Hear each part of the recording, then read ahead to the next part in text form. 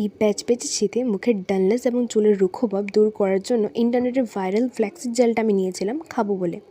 আরে না মজা করছিলাম, এটা খাবো না, এটা দিয়ে একটা DIY ট্রাই করব। এত শীতে চুলের যত্ন নেওয়া অনেকটাই কঠিন ব্যাপার।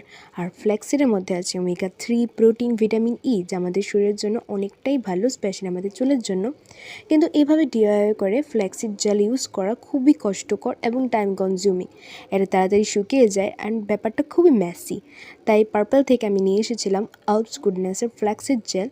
এটা যেমনি ইউজ করা খুবই সহজ, তেমনি এটা খুবই ভালো চুলের জন্য। এটা প্রথমে ড্যাম হেয়ারে দিয়ে ভালো করে অ্যাপ্লাই করে 30 থেকে 40 মিনিট রেখে দিয়ে নর্মাল জল দিয়ে ওয়াশ করে নিলেই হবে।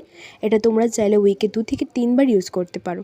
অনেস্টলি বলতে গেলে এটা আমি প্রথমবার ট্রাই করছি আলপস গুডনেসের ফ্ল্যাক্সিড জেলটা, এবং এটা খুবই ভালো।